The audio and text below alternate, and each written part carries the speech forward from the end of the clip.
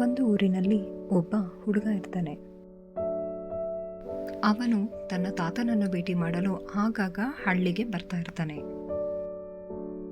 ಅವನು ಯಾವಾಗಲೂ ತನ್ನ ತಾತನೊಂದಿಗೆ ಖುಷಿಯಾಗಿ ಆಟ ಆಡ್ತಾ ಇರ್ತಾನೆ. ಒಂದು ದಿನ ಅವನು ತನ್ನ ತಾತನಿಗೆ, ತಾತ, ನಾನು ದೊಡ್ಡವನಾದಾಗ ಯಶಸ್ವಿ ಮನುಷ್ಯನಾಗಬೇಕು, ಯಶಸ್ವಿಯಾಗಲು ಕೆಲವು ಮಾರ್ಗಗಳನ್ನು ಹೇಳ್ತೀರಾ ಅಂತ ಕೇಳ್ತಾನೆ.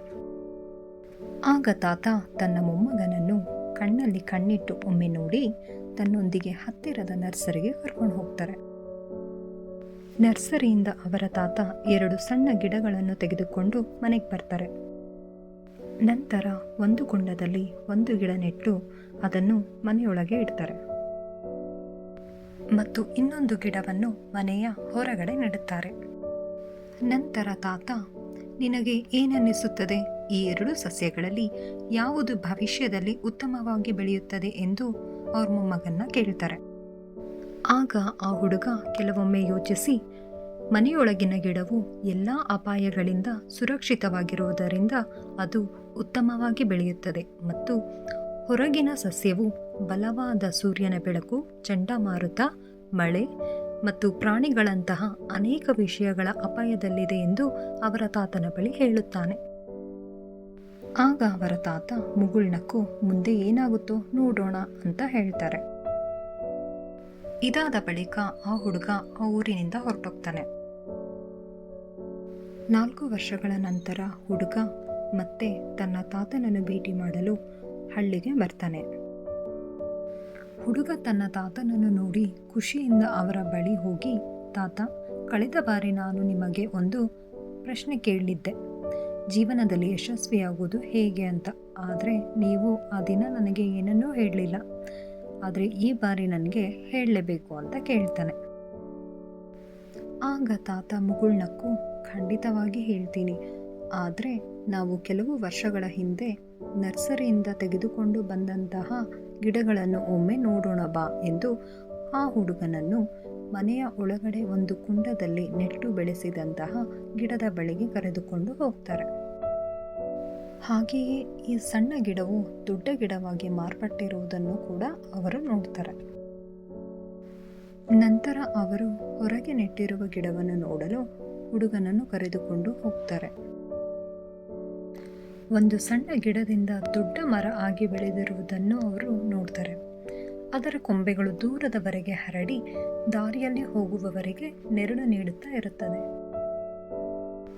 ಈಗ ತಾತ ಹುಡುಗನನ್ನು ನೋಡಿ, ಯಾವ ಗಿಡ ಹೆಚ್ಚು ಬೆಳೆದಿದೆ ಹೇಳು, ಯಾವುದು ಹೆಚ್ಚು ಯಶಸ್ವಿಯಾಗಿದೆ ಅಂತ ಕೇಳ್ತಾರೆ. ಆಗ ಹುಡುಗ, ನಾವು ಹೊರಗೆ ನೆಟ್ಟ ಗಿಡ ಯಶಸ್ವಿಯಾಗಿ ಬೆಳೆದಿದೆ. ಆದರೆ ತಾತ, ಇದು ಹೇಗೆ ಸಾಧ್ಯ? ಆ ಸಸ್ಯವು ಎಷ್ಟು ಅಪಾಯಗಳನ್ನು ಎದುರಿಸಬೇಕಾಗಿತ್ತು, ಆದರೆ ಅದು ಇನ್ನೂ ದೊಡ್ಡದಾಗಿ ಬೆಳೆದಿದೆ ಅಂತ ಕೇಳ್ತಾನೆ. ತಾತ ಮುಗುಳ್ನಗುತ್ತಾ ಹೇಳ್ತಾರೆ, ಹೌದು, ಹೊರಗಿನ ಗಿಡವು ಅನೇಕ ವಿಷಯಗಳನ್ನು ಎದುರಿಸಬೇಕಾಗಿತ್ತು, ಆದರೆ ಸಮಸ್ಯೆಗಳನ್ನು ಎದುರಿಸುವುದರಿಂದ ಅದರ ಪ್ರಯೋಜನವೂ ಇದೆ. ಹೊರಗಿನ ಸಸ್ಯವು ತನಗೆ ಬೇಕಾದಷ್ಟು ಬೇರುಗಳನ್ನು ಹರಡುವ ಸ್ವಾತಂತ್ರ್ಯವನ್ನು ಹೊಂದಿತ್ತು. ಬಿರುಗಾಳಿ ಮತ್ತು ಭಾರೀ ಮಳೆಯಂತಹ ಸಮಸ್ಯೆಗಳು ಬೇರುಗಳು ಇನ್ನಷ್ಟು ಗಟ್ಟಿಯಾಗುವಂತೆ ಮಾಡುತ್ತದೆ. ಇಂದು ಅದು ಎಷ್ಟು ಪ್ರಬಲವಾಗಿದೆ ಎಂದರೆ ಸಣ್ಣ ಚಂಡಮಾರುತವೂ ಅದಕ್ಕೆ ಯಾವುದೇ ಹಾನಿಯುಂಟು ಮಾಡುವುದಿಲ್ಲ. ನಾವು ಒಳಗೆ ನೆಟ್ಟ ಸಸ್ಯವು ಚಿಕ್ಕದಾಗಿ ಮತ್ತು ದುರ್ಬಲವಾಗಿ ಉಳಿದಿದೆ, ಏಕೆಂದರೆ ಅದು ಭಾರೀ ಬಿರುಗಾಳಿ, ಮಳೆ ಮತ್ತು ಬಲವಾದ ಸೂರ್ಯನ ಬೆಳಕನ್ನು ತಡೆದುಕೊಳ್ಳುವುದಿಲ್ಲ ಎಂದು ಹೇಳಿ ತನ್ನ ಮೊಮ್ಮಗನನ್ನು ನೋಡುತ್ತಾ, ನನ್ನ ಮಗನೇ, ನೀನು ಜೀವನದಲ್ಲಿ ಕಷ್ಟಗಳನ್ನು ಎದುರಿಸದ ಹೊರತು ನಿನ್ನ ಜೀವನದಲ್ಲಿ ಯಶಸ್ಸನ್ನು ಸಾಧಿಸಲು ಸಾಧ್ಯವಾಗುವುದಿಲ್ಲ ಎಂಬುದನ್ನು ಯಾವಾಗಲೂ ನೆನಪಿಡು. ನೀನು ಆರಾಮದಾಯಕ ಆಯ್ಕೆಗಳನ್ನು ಮಾಡಿದರೆ ಸಾಧ್ಯವಾದಷ್ಟು ಬೆಳೆಯಲು ಸಾಧ್ಯವಾಗುವುದಿಲ್ಲ ಮತ್ತು ನೀನು ಈಗಾಗಲೇ ಕಷ್ಟಪಡುತ್ತಿದ್ದರೆ ಕಷ್ಟಗಳನ್ನು ಎದುರಿಸಬಹುದು. ಆಗ ನೀನು ಸಾಧಿಸಲು ಯಾವುದೇ ಗುರಿ ಅಸಾಧ್ಯವಲ್ಲ. ಆದ್ದರಿಂದ ಸಮಸ್ಯೆಗಳನ್ನು ಅಡೆತಡೆಗಳು ಎಂದು ಎಂದಿಗೂ ಯೋಚಿಸಬೇಡ, ಆದರೆ ಅವುಗಳನ್ನು ಯಶಸ್ಸಿನ ಮೆಟ್ಟಿಲುಗಳೆಂದು ಭಾವಿಸು ಎಂದು ಹೇಳುತ್ತಾರೆ. ಹುಡುಗ ಒಮ್ಮೆ ದೀರ್ಘವಾಗಿ ಉಸಿರೆಳೆದುಕೊಂಡು ಮರವನ್ನು ನೋಡತೊಡಗಿದನು. ಅವನ ತಾತನ ಮಾತುಗಳು ಅವನ ಮನಸ್ಸಿನ ಅಡಚಣೆಯನ್ನು ಪ್ರತಿಧ್ವನಿಸುತ್ತಿದ್ದವು. ಅದನ್ನು ನಾವು ನಮ್ಮ ಜೀವನದಲ್ಲಿ ಶತ್ರುಗಳೆಂದು ಪರಿಗಣಿಸುತ್ತೇವೆ. ಕೆಲವು ಅಡೆತಡೆಗಳು ನಮ್ಮನ್ನು ನಮ್ಮ ಜೀವನದಲ್ಲಿ ಬಲಶಾಲಿಯಾಗಿ ಮತ್ತು ಹೆಚ್ಚು ಯಶಸ್ವಿಯಾಗುವಂತೆ ಮಾಡುತ್ತವೆ. ನಮ್ಮ ಜೀವನದಲ್ಲಿ ನಾವು ನೋಡುವುದಕ್ಕಿಂತ ಹೆಚ್ಚಾಗಿ ಸವಾಲುಗಳನ್ನು ಮತ್ತು ಕಷ್ಟಗಳನ್ನು ಎದುರಿಸಬೇಕಾಗುತ್ತದೆ. ಇದರಿಂದಾಗಿ ನಾವು ಅನೇಕ ಬಾರಿ ನಿರಾಶೆಗೊಳ್ಳುತ್ತೇವೆ ಮತ್ತು ಮುಂದುವರಿಯುವ ಧೈರ್ಯವನ್ನು ಕಳೆದುಕೊಳ್ಳುತ್ತೇವೆ. ಆದರೆ ಈ ಎರಡು ಸಸ್ಯಗಳ ಕತೆ ನಮಗೆ ಒಳ್ಳೆ ಪಾಠವನ್ನು ಕಲಿಸಿತು. ಅದು ಏನೆಂದರೆ, ಸವಾಲುಗಳಿಗೆ ಬೆದರಬಾರದು, ಆದರೆ ಅವುಗಳನ್ನು ಕಲಿಯಲು ಮತ್ತು ಬೆಳೆಯಲು ಅವಕಾಶವಾಗಿ ಸ್ವೀಕರಿಸಲು ಹೊರಗೆ ನೆಟ್ಟ ಸಸ್ಯದಂತೆ ನೈಸರ್ಗಿಕ ವಿಪತ್ತುಗಳನ್ನು ಎದುರಿಸಬೇಕಾಗಿತ್ತು. ಆದರೆ ಇದರೊಂದಿಗೆ ತನ್ನ ಬೇರುಗಳನ್ನು ಹರಡಲು ಮತ್ತು ಬಲವಾಗಿ ಬೆಳೆಯುವ ಸ್ವಾತಂತ್ರ್ಯವನ್ನು ಹೊಂದಿತ್ತು.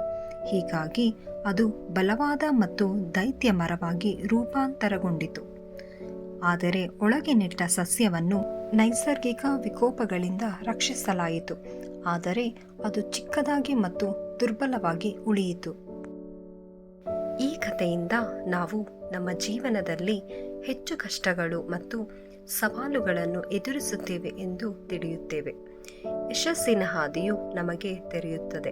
ಅಪಾಯವನ್ನು ತೆಗೆದುಕೊಳ್ಳಲು ಮತ್ತು ನಮ್ಮ ಆರಾಮ ವಲಯಗಳಿಂದ ಹೊರಗೆ ಹೆಜ್ಜೆ ಹಾಕಲು ನಾವು ಭಯಪಡಬಾರದು ಎಂದು ಈ ಕತೆ ನಮಗೆ ಕಲಿಸುತ್ತದೆ. ನಾವು ಸವಾಲುಗಳನ್ನು ಎದುರಿಸಿದಾಗ ಕಲಿಯಲು ಮತ್ತು ಬಲವಾಗಿ ಬೆಳೆಯಲು ನಮಗೆ ಅವಕಾಶವಿದೆ. ನಾವು ಯಶಸ್ಸಿಗೆ ಅಗತ್ಯವಾದ ನಿರ್ಣಯವನ್ನು ಸಹ ಬೆಳೆಸಿಕೊಳ್ಳಬಹುದು. ಸಹಜವಾಗಿ ಎಲ್ಲ ಸವಾಲುಗಳನ್ನು ಜಯಿಸುವುದು ಸುಲಭವಲ್ಲ. ನಾವು ಸೋಲನ್ನು ಅನುಭವಿಸುವ ಅಥವಾ ನಿರುತ್ಸಾಹಗೊಳ್ಳುವ ಸಂದರ್ಭಗಳಿವೆ. ಆದರೆ ಇವು ಕೇವಲ ತಾತ್ಕಾಲಿಕ ಹಿನ್ನಡೆ ಎಂದು ನೆನಪಿಟ್ಟುಕೊಳ್ಳುವುದು ಬಹಳ ಮುಖ್ಯ. ಅದರಿಂದ ನಾವು ಕಲಿತು ಮುಂದೆ ಸಾಗುತ್ತಿದ್ದರೆ ಅಂತಿಮವಾಗಿ ನಮ್ಮ ದಾರಿಯಲ್ಲಿ ಬರುವ ಯಾವುದೇ ಸವಾಲುಗಳನ್ನು ನಾವು ಜಯಿಸುತ್ತೇವೆ. ಆದ್ದರಿಂದ ಮುಂದಿನ ಬಾರಿ ನೀವು ಸವಾಲುಗಳನ್ನು ಎದುರಿಸುವಾಗ ಅಥವಾ ನಿಮ್ಮ ಜೀವನದಲ್ಲಿ ಕಷ್ಟದ ಸಮಯವನ್ನು ಎದುರಿಸಿದಾಗ ಬಿಟ್ಟುಕೊಡಬೇಡಿ. ಕಲಿಯಲು ಮತ್ತು ಬೆಳೆಯಲು ಅವಕಾಶದ ಲಾಭವನ್ನು ಪಡೆದುಕೊಳ್ಳಿ ಮತ್ತು ಇಂದು ನೀವು ಎದುರಿಸುತ್ತಿರುವ ಸವಾಲುಗಳು ನಾಳೆ ನಿಮ್ಮನ್ನು ಬಲಶಾಲಿಯಾಗಿ ಮತ್ತು ಹೆಚ್ಚು ಯಶಸ್ವಿಯಾಗುವಂತೆ ಮಾಡುತ್ತದೆ ಎಂಬುದನ್ನು ಯಾವಾಗಲೂ ನೆನಪಿನಲ್ಲಿಡಿ.